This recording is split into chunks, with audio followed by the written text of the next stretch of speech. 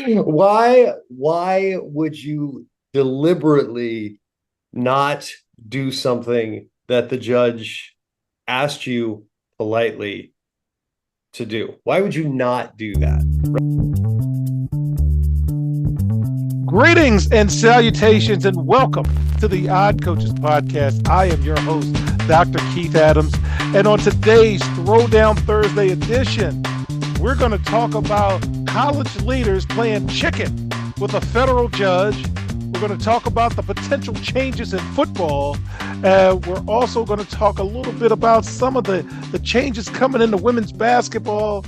And I'm excited to talk to our favorite administrator on this one because, man, it's a lot going on. So, Robert, one, how the heck are you doing? And it's always good to see you, sir. Well, first, let's always live in the dream. You know that every day, every day. So what's going on? I'm interested to get into this house stuff a little bit. Let's see what we got. All right. So the quote that got me was, "We're playing chicken with a damn federal judge," according to one high-ranking college leader. So U.S. District Judge Claudia Wilken, who is 75, has already ruled on several NCAA cases, including the O'Bannon decision, asked the people involved in the House settlement to simply do something about grandfathering people in terms of roster limits, and there was no action. So she has threatened to shut down the House case and make them start over. So what happens next? The NCAA and power conferences released a statement saying they're going to review the order, and more likely than not, they will try to do something to appease the judge. Robert, one, the judge asked you politely to just kind of take care of the rest of the stuff. Looked good, Robert. It looked good. Okay. It's not perfect, but we'll do something with that. But I'm going to need you to address this. And they did nothing to address what the judge said. And the judge reminded them, similar to some NFL prospects about the draft, that actually I can really make your day uncomfortable. What are you thinking about this situation with Judge Wilkins and them not doing anything that she politely asked them to do? Why would you deliberately not do something that the judge asked you politely to do? Why would you not do that? Right? I mean, what are we doing? What are we doing? What are we doing? It's like, and from being in schools as long as we have, teachers in union states, they have a negotiated agreement. And when I was a principal, I worked very hard to not intentionally violate that negotiated agreement, because what you did when you did that is you created issues for yourself as a principal, and they're self-inflicted because you did it to yourself. And that's kind of what's happening here. The judge said, here's what you need to do, and you're intentionally not doing that. Well, what did you think was going to happen when you didn't do that? I don't understand that at all. I just don't. Yeah, and again, it's not the best decision. It's not. It's gonna cause a lot of lawsuits to come out no matter what happens. Oh yeah. But at least you had something. You had something that you could almost work with, and for them to just not read the room and have an overinflated sense of their self-worth in the marketplace, that was crazy. So we will stay tuned, fans, but that caught my eye. And the next thing is, let's hear this guy out, Robert. So I'm gonna roll this at you. University of Albany's men's basketball coach Dwayne Killings made a suggestion that said, basically, let's introduce two-way contracts similar to the NBA and the G League. And he wants to turn the America East program into a developmental system for high majors. So here's the idea, Robert. Many high majors schools wind up with players that, for whatever reason, aren't prepared to play on that level. And it just happened. So instead of sticking around for 4 years, send them down to University of Albany. We'll work with them for a couple of years, get their grades right, get their skills right, then we'll send them back to you. So what do you think about that idea? Basically, what he's talking about is what's already happening. He's just talking about formalizing it, right? And just saying, we're going to have this agreement that this is what we're going to do, rather than just kind of letting stuff happen. Because, I mean, how often are we seeing some of these guys who go to, I mean, I don't know how many more 7-year guys we're going to have, but we've had some of these 7-year guys who have been to 5 schools. And, I think at some point they'll figure out something. I mean, this actually makes sense, because this is just kind of, okay, we're putting a name and creating a system for what we already have in place, so that in theory, at least, it could work better and be more efficient. And maybe we could have some kids make some measurable academic progress towards completing degrees, which in theory, at least, is an essential part of the intercollegiate athletics experience. At least it was at some point. Oh man. All right. One, there's no contract, so stop that. That would mean you're an employee, and that brings other things there. Two, I like the fact that you brought it up out loud. Kudos to you, coach, for coming up with an idea. But yeah, good luck with that. And speaking of good luck with that, when we get back in segment 2, a lot of meetings are taking place about college football, and I got to get my administrator here to help us make sense of this. We'll be right back on the iCoaches Podcast. Hi, everyone. Dr. Keith Adams here, and for over 30 years, I've dedicated my life to helping student athletes succeed, not just on the fields and the courts, but in the classroom and beyond, and that's why I founded the CKA Save Project. The CKA Save Project understands that finding the balance between academics and athletics is crucial for long-term success. That's why the CKA Save Project offers a range of programs, including personalized consulting, mentorship, and coming in 2027, our innovative Gap Year Basketball Academy, designed to assist both young men and women reach their full potential both on and off the court. I'm incredibly excited to announce that the CKA Save Project is now partnering with the Cascade Sports Network. This partnership will allow us the opportunity to amplify our message and reach even more student athletes through the Odd Coaches Podcast and other exciting initiatives. Join the CKA Save Project and the Cascade Sports Network as we empower the next generation of student athletes. Visit CKA on the web at www.ckasaveproject.org to learn more. Let's work together to find the balance and help unlock your potential. Welcome back to the iCoaches Podcast in segment 2, college football updates.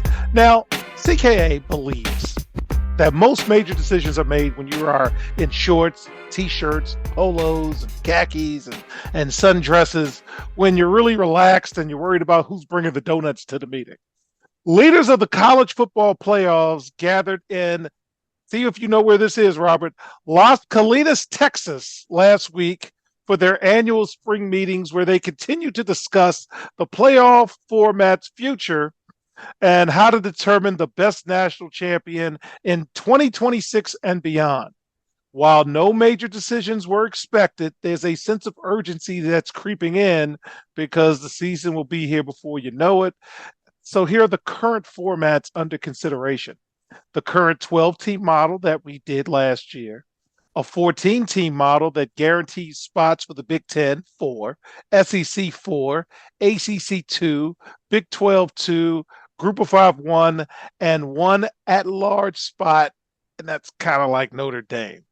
So it's possible other league leaders can come to the table with new ideas, but I'm sure they'll be shot down.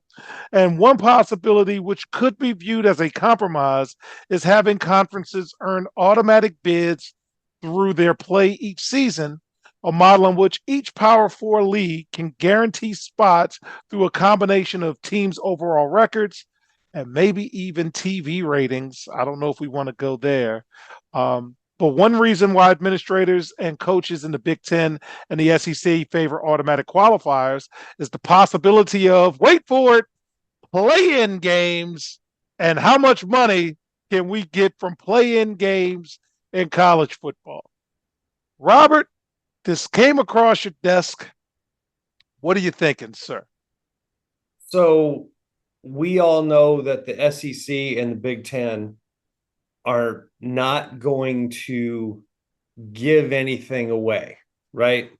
They are going to advocate back, whatever you want to call it, the system that's going to be most advantageous to them, which is currently that 14-team playoff with maybe some play-in games, but all of the idea that anybody else is going to bring an idea to the table that's going to merit serious consideration, to me, that's laughable. That's not happening. The Big Ten and the SEC are driving this bus. They're going wherever they want to go with it, whether it's off a cliff or whatever. They're in charge of it now. And just for the record, there must be some kind of resort in Las Colinas. It's right next to DFW Airport, which is, I don't know why you would want to go there. Must be a cool resort. No idea. Anyway, I just don't think that anything that's going to come out of it, other than from the Big Ten, SEC, that's not going to be a thing. Yeah, and let's take a look at the NFL draft picks by conference. SEC had 79 picks. Big Ten had 71 picks. ACC had 42 picks. The Big 12, and hey, I'm sorry, guys, about the guy who fell, but they had 31 draft picks. Not a lot of guys playing on Sunday in that conference, okay? Independents had 7. Mountain West had 6. The American Conference had 6. Tuesday Night Action had 4. The Big Sky had 3. Missouri Valley had 2. SWAC had 1. Like it. CAA had 1. Conference USA had 1. The Pac-2, Robert, they had 2. And even the Sun Belt had somebody. So, as you said, the SEC and the Big Ten, that's where the football is. So, they're not going to do anything that's going to take away from that. So my guess, uneducated, is that they're going to go with this 14-team format. They're going to do some great things with the play-in. So you've got championship game who might get the automatic bye, and then the other teams can kind of come in. That's going to be something special because they got an opportunity in front of them. While I got you to close the segment, NFL teams have started to evaluate players on a different level in terms of, since you're already getting money, your level of motivation and hunger may be different. Shedeur Sanders failed. He was graded by NFL folks as a first-round talent. My NFL people graded him as a day 2 talent, but they graded every quarterback picked in the top areas as day 2 talents. That doesn't mean you're not good. It's a no-bum conversation, but because you do have money, because you're already kind of taken care of, any thoughts you have about the fall, or not just him, but Will Howard? There's a lot of guys who fell, and part of it is, I don't know how much you were ready to work. I want to give Robert the floor because you're never on the NFL show. Well, see, I think that because in our text chain we had lengthy, spirited conversation. spirited conversations about Shedeur Sanders. And, we have guys on our chain who really think he's great and he should have been a first round guy. He should have been top 5. And I'm not one of those guys. He is a very good college quarterback. I think dealing with, NFL teams, whether you want to or not, if you draft Shedeur Sanders, you're getting Dion along with it. So now the Browns have Dion also, and you have to manage that. And I guarantee you there were people who had opportunities to draft him earlier who decided, that the juice was not worth that squeeze. Yes. Guaranteed.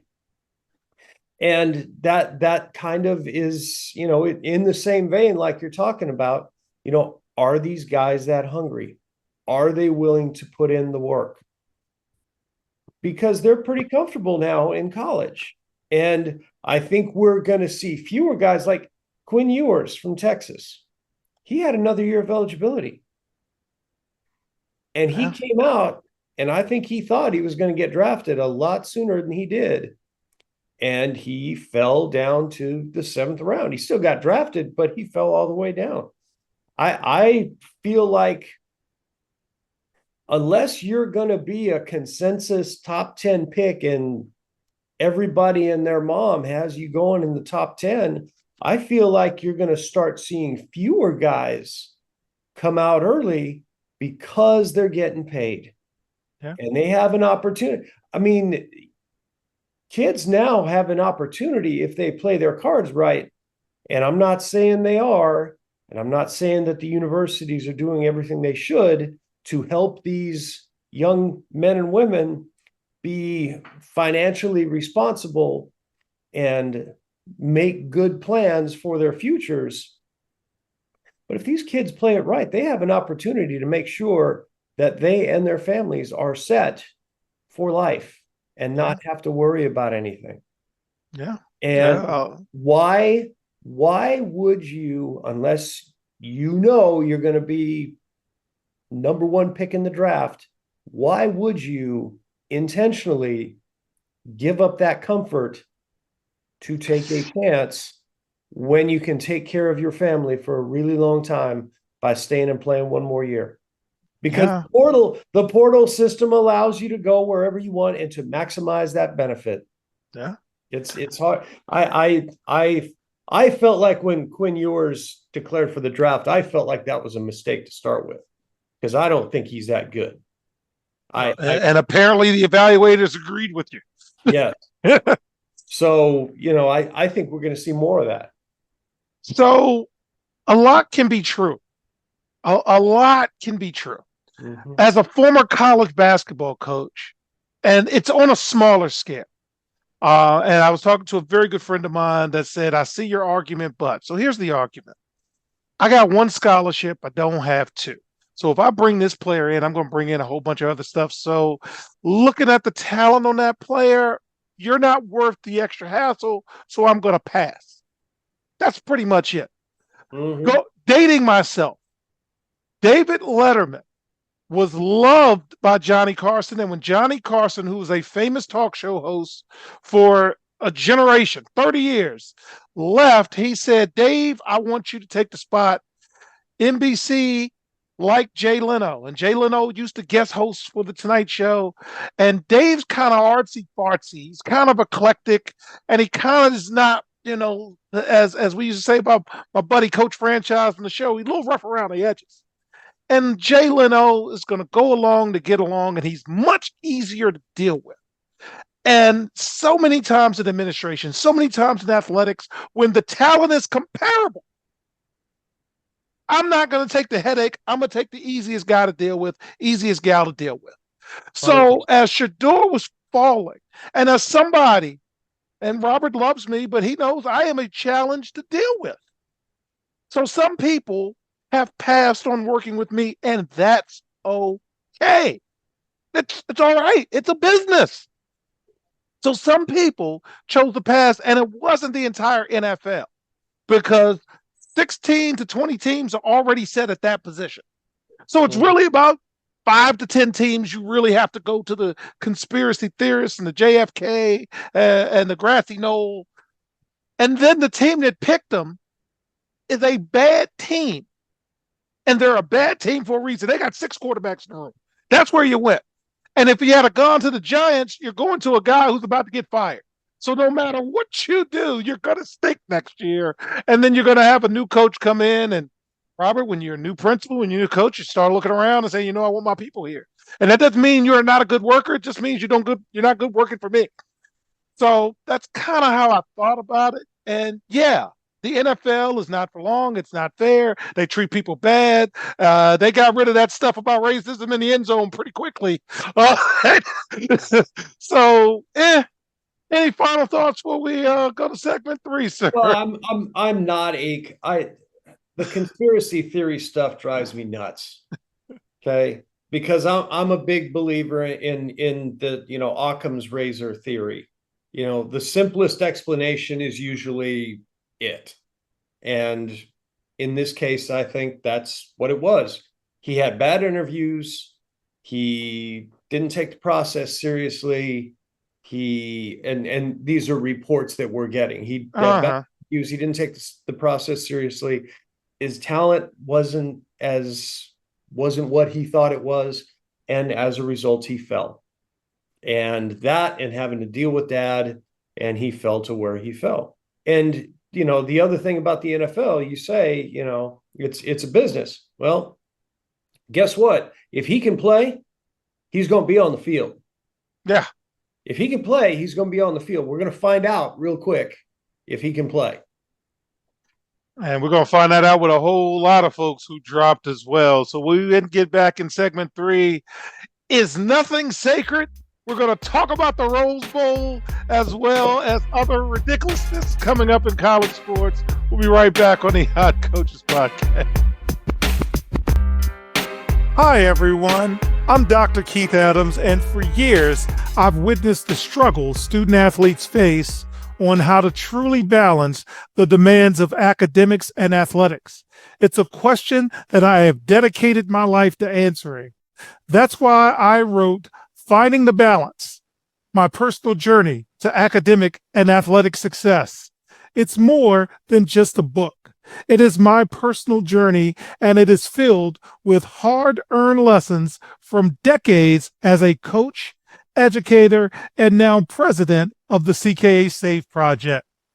Inside, you will find practical advice, real-life stories, and a clear roadmap to help student athletes, coaches, and parents navigate the complex world of balancing sports and education. And now I am thrilled to bring this message to a wider audience as a proud member of the Cascade Sports Network. We're partnering to amplify these crucial conversations about student-athlete success. I believe every student-athlete deserves the opportunity to reach their full potential, both on and off the court and the field. You can purchase your copy directly from our website at www.ckasafeproject.org. Join me and the Cascade Sports Network as we work together to help every student athlete succeed.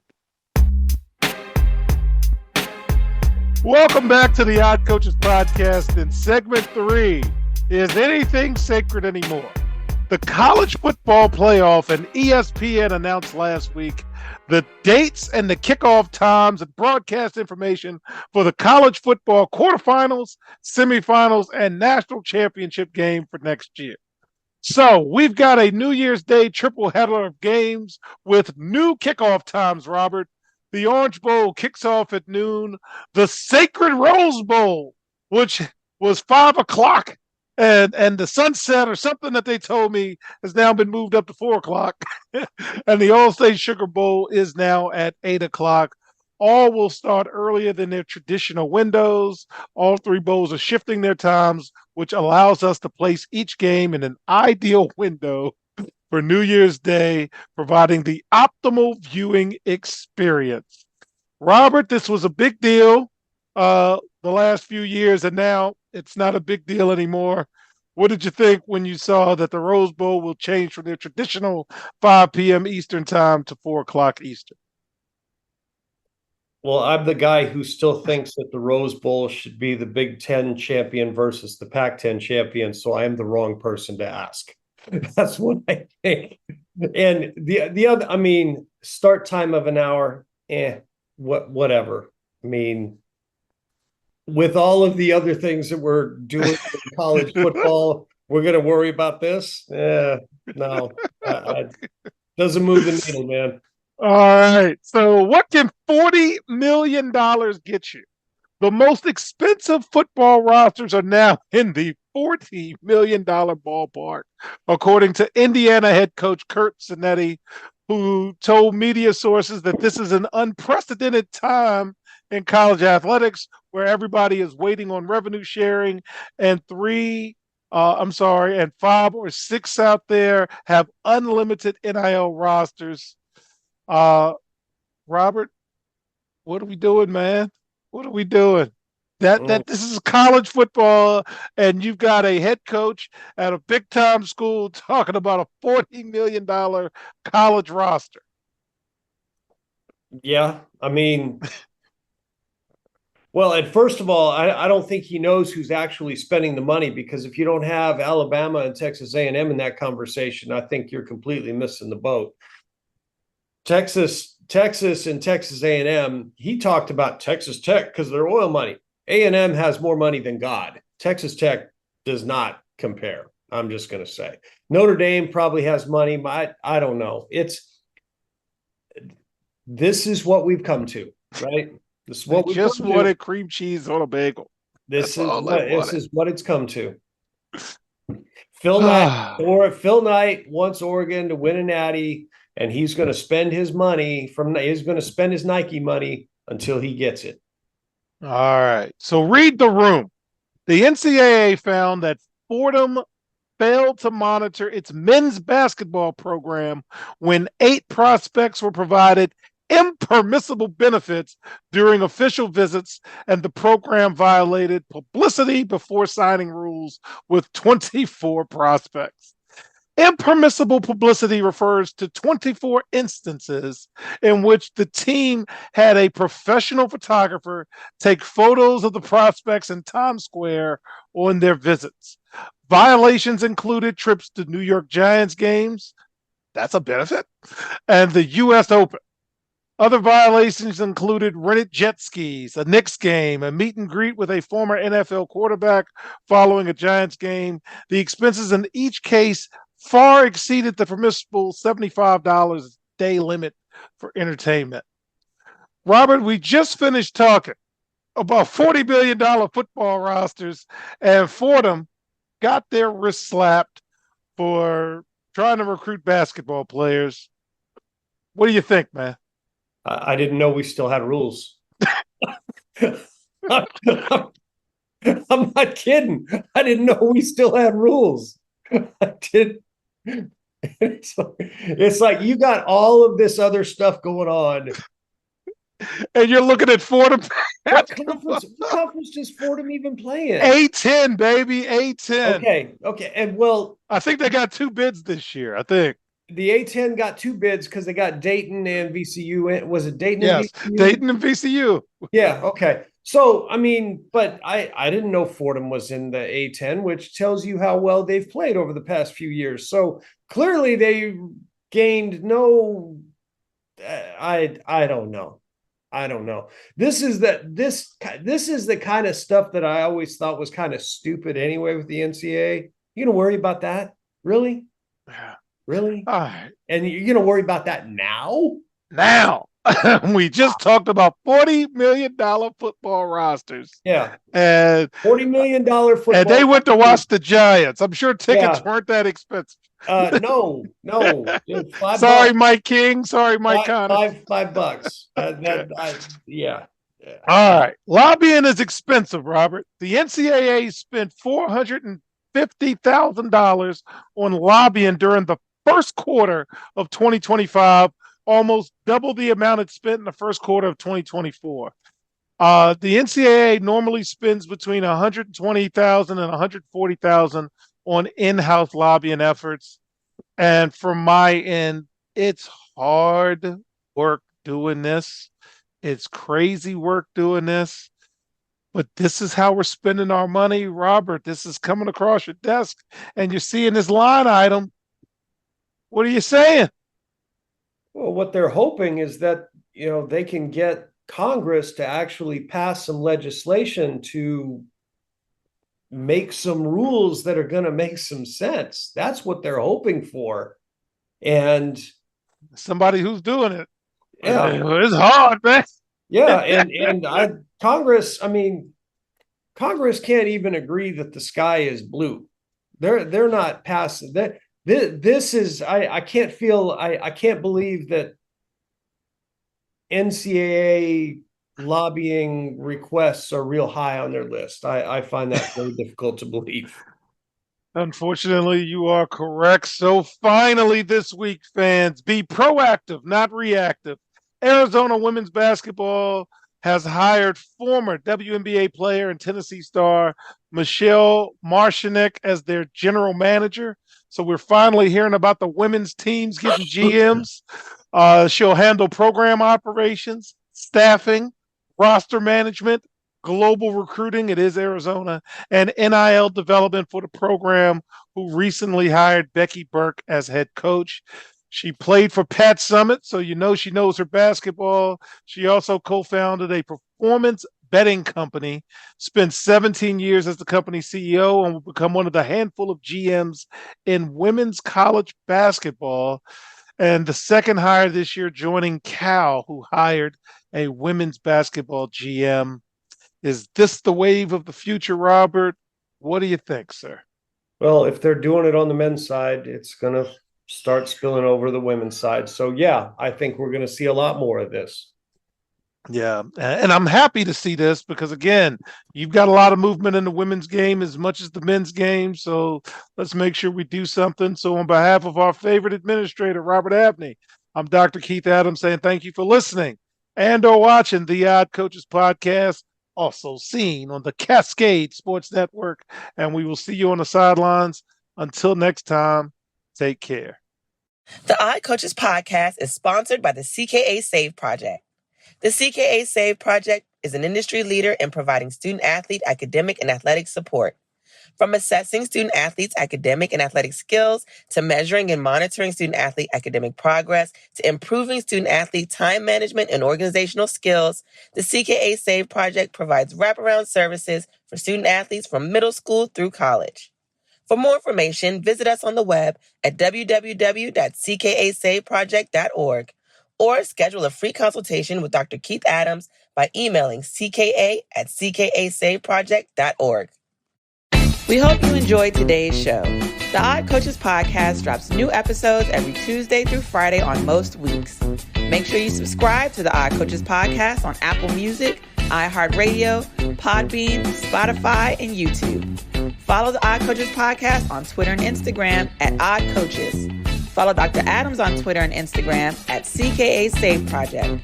In addition, follow Coach Mike Francis on Twitter and Instagram at Coach Franchise, spelled Coach Franchize. For more information about the CKA Save Project, please visit them on the web at www.ckasaveproject.org.